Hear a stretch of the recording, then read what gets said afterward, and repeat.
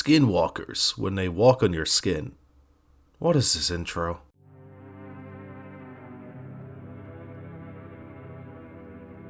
Whenever we consume media, we envision everything from a very human-like lens, descriptions of characters in a book, or simply viewing people in movies or video games, unless specified otherwise. When deciphering or perceiving a character, we always see two extremes. They are perfectly human, or they're perfectly alien. I don't know about you, but Doug doesn't really look like a person, unless you're a fellow furry.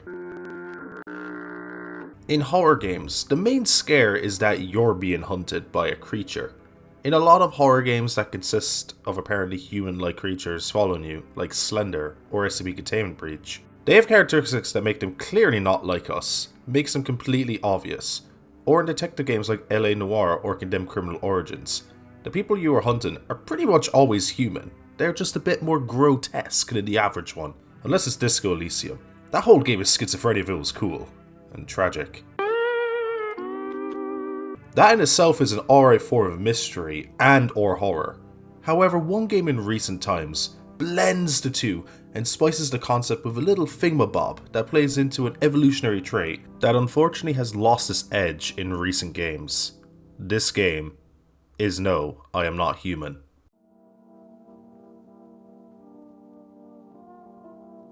No, I Am Not Human, when made into an acronym, is eerily similar to an Irish girl's name, Niamh, but isn't, hence why she isn't a human. Oh yeah, the game. No, I Am Not Human is a Russian-made indie game developed by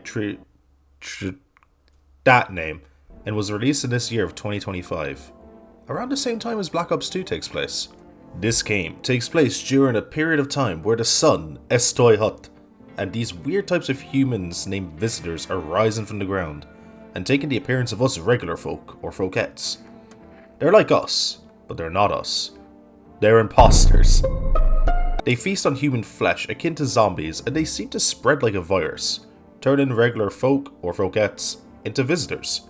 Gotobin, a government organization called FEMA, arrives, and it seems that they're here to save the population from the visitor threat. Yeah, no. They end up becoming the de facto authority and can pretty much take or kill whoever they want. Unlucky fuckers over there. Then we have you, the protagonist, nicknamed the Hermit. No, not the tarot card, the bloke card. Bro does not like human activity. He's God's perfect redditor. His role in this story is to let people in, or not, and decide if the people he's bringing in is human, or worse, a visitor. But Gort, what type of game is it? Don't worry. No, I'm Not Human is a single-player deduction game, and it's a lot harder to deduce than you think. Who would you think is the most trustworthy people here, out of all these fellas and fellettes? We got Tall Guy. He's a bit temperamental and has a wicked Slenderman cosplay. We have the Immortal Man, a guy with an interesting philosophy of what makes humans and creatures immortal. Where is Omni-Man? Cashier Girl, a scared and shaken woman desperately escaping the visitor epidemic and the imposing heat of the sun. Finally, we have the Firefighter, a man charred and scarred from the fires raging in the city. He also recently did the sure ending in Sekiro. Have you chosen yet? If you think the Immortal Man or the Cashier look trustworthy, you're unfortunately Visitor Chow. These two are guaranteed visitors, even though they look the most normal out of this set of people. Slenderman and the Firefighter are guaranteed humans, and that's what makes this game so interesting to me. This game plays on humans' evolutionary trait known as the uncanny valley, where a person looks human, but the art direction of this game is absolutely spot on for what the game is about. The characters of these games are made to be slightly off in one way or another, sometimes over-exaggerating features so you don't know, or worse, decide wrong out of fear on who's a human or a visitor.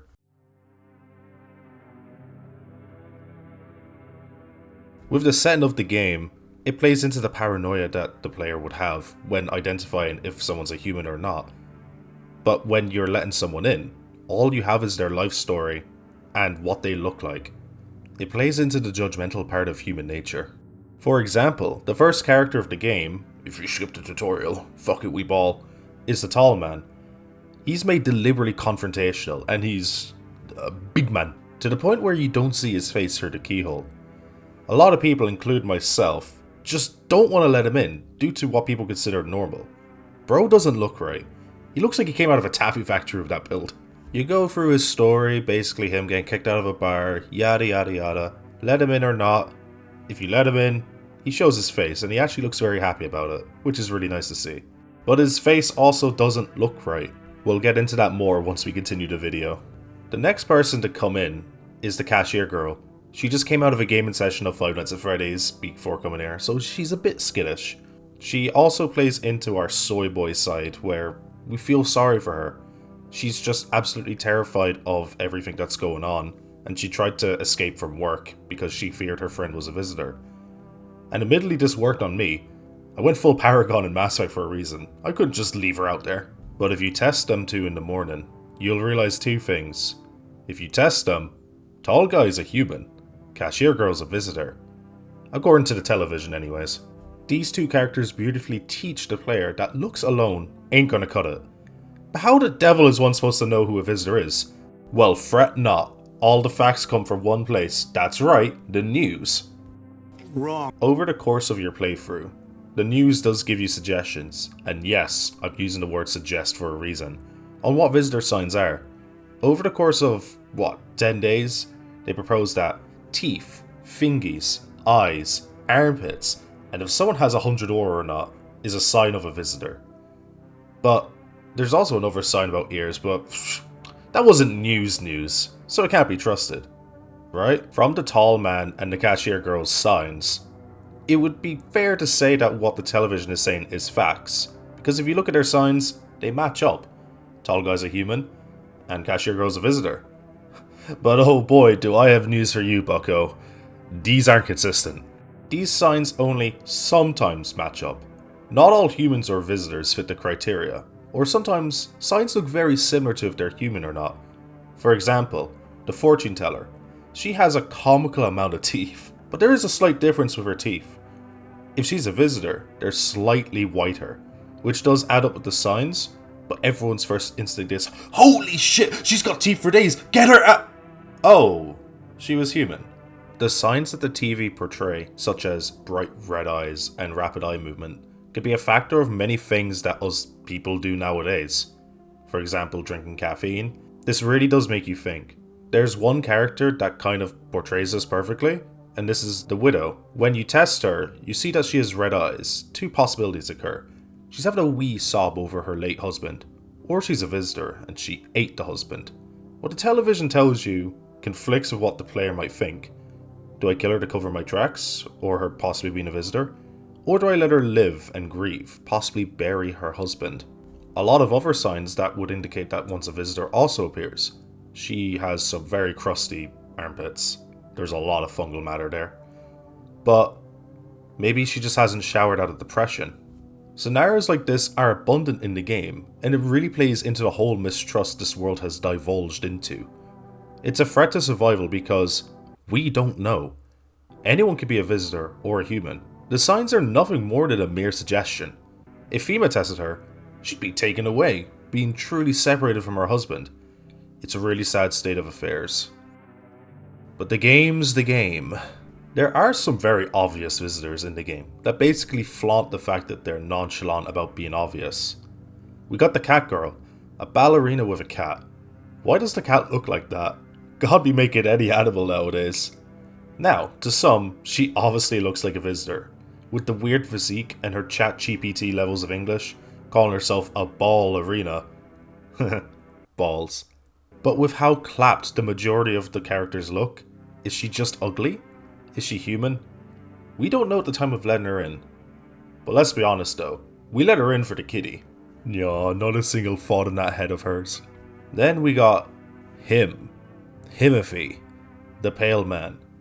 We catch glimpses of him when we look out the window at night, a grotesque rendition of what a visitor is. This is essentially the extreme end of a visitor, forgoing all humanity and being a Giga Chad 1v9 in a lobby of soldiers.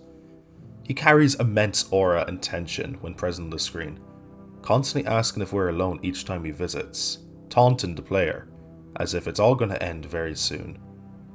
Here's the thing. By alone, does he mean anything in the house, or are we the only human left? it instills a cheeky bit of paranoia in the mix if you read too deeply into those 3 words. Are you alone?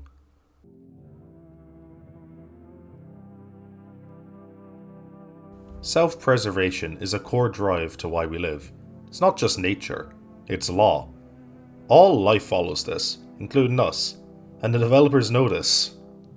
Which is why the weird design of the characters works so well, especially for the seemingly obvious visitors like the Pale Man or the Cat Lady. The characters being designed this way alone would be fine, but it's the fact that survival is at stake that makes this game nerve-wracking. If these characters were in a gameplay style like, let's say, The Sims, it'd just be a creepypasta character simulator. But in this world set by No I'm Not Human, and the fact that they could be visitors, changes so much, heightens the stakes, and builds mistrust. It's almost to the point that what FEMA puts out, that the more perfect that someone looks, the less trustworthy they are.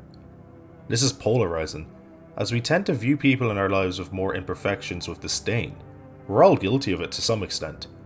We as a society tend to base our initial opinions on people before even speaking to them. This can be something as benign as weight or acne, or worse, their hygiene and their overall stank. Which leads us to our next point. No, I Am Not Human is a meta-narrative on the judgmental side of humanity. The extent we go to as individuals to pass judgment is put in our hands beautifully in this game. We dictate who lives or dies, based solely on the characteristics of NPCs. It's a sad reality, but hey, they could be visitors. We gotta keep our wits about us. The uncanny valley just so happens to be the spanner of all spanners in our machine of thinking. I keep talking about art direction because I'm artistic about how it plays into the game and themes being demonstrated. No one would trust an individual if they look like all of our Oblivion characters. FEMA fuels this by indirectly causing hysteria of distrust with the signs they portray as visitor signs. Want to know what fuels this conflict of who's who? With a cast of 50 plus characters, more than 2/3 can be both. They could be a human or a visitor, and for the most part, the signs are semi-accurate, but each character has different tells if they are a visitor or not. Either being white teeth, unique aura photos, or even different dialogue when asking them to show a sign. It adds more suspense when, for the first time, someone is showing signs of being a visitor. You shoot, and they're innocent. They had the red eyes, and the teeth only Willy Wonka's dad could produce. It makes the user further second guess themselves. And I'll return to the point that what FEMA says are suggestions. These signs are merely nothing more than just pointers rather than facts. People have their story, and can be completely soft-locked out of living due to some stupid subjective guess disguised as objective truth. There is one character who's a fanatic of the visitor threat. The Vigilante. He represents the wrath of mistrust, slaughtering anyone he deems a visitor. In earlier nights, he's seen looking for someone, or something. Then he'd just know rushing some squatters because one looked like a visitor, to him at least. He actually arrives at our house to visit us around 8 or 9 days in, and he is basically the new law. His mistrust is so deep that even if you help him out, pointing out that there's a super visitor like the Pale Man, or there's loads of visitors around, he will just come back and test you. All of his sources for testing you? FEMA, from the television. If someone believing all the news on TikTok was a person, this would be him. He follows them essentially like it's the newest of New Testaments. If you show a single visitor sign, you go off in a Western-style shootout, shielded by a door. Even though what the Vigilante does has good intentions, protecting people from the visitor threat, fear corrupted him. He can't even trust a single soul, even if he saw one. This also stems to us, the protagonist. There are multiple theories that the protagonist himself is a visitor. People like to focus on the signs that he shows that would indicate if he was a visitor. Ones like having perfect white teeth, or the occasional fungus from a night of Valorant. He only shows these 2 signs, and these sparked rabbit holes, screw it, diamond mines of theories if our character is infected with the visitor plague. There's a caveat though. There's multiple endings where he gets killed by visitors. Granted, I believe he can become a visitor, but in the game I don't personally think he is a visitor. But the mere fact the game can make people believe this theory is genius. It's playing into the judgment players have, dictating their belief of who or what is trustworthy. It's funny because when you see yourself in the mirror, you look normal. Too normal. He looks completely fine body-wise, which plays into it. I love this theory, but I personally don't believe it due to the endings at hand.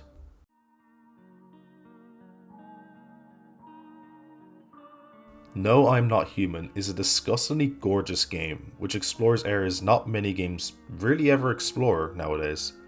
With other games like Disco Elysium, where trust is determined via dialogue, and if your character isn't some super gigachad schizophrenic superstar cop, you can kinda determine the culprit of the crime or find clues that way. You talk to a dead body, for fuck's sake. But in No, I'm Not Human, you don't know. With the intricate design to be intentionally uncanny, it could really make you go, huh, they were human. I got duped by their perfect teeth. Sorry it took so long to get this video out. I originally started this video in December of last year, but as you know, stuff happens, but thankfully I'm more or less free from the clutches of college, so I should be able to get more content out for you guys.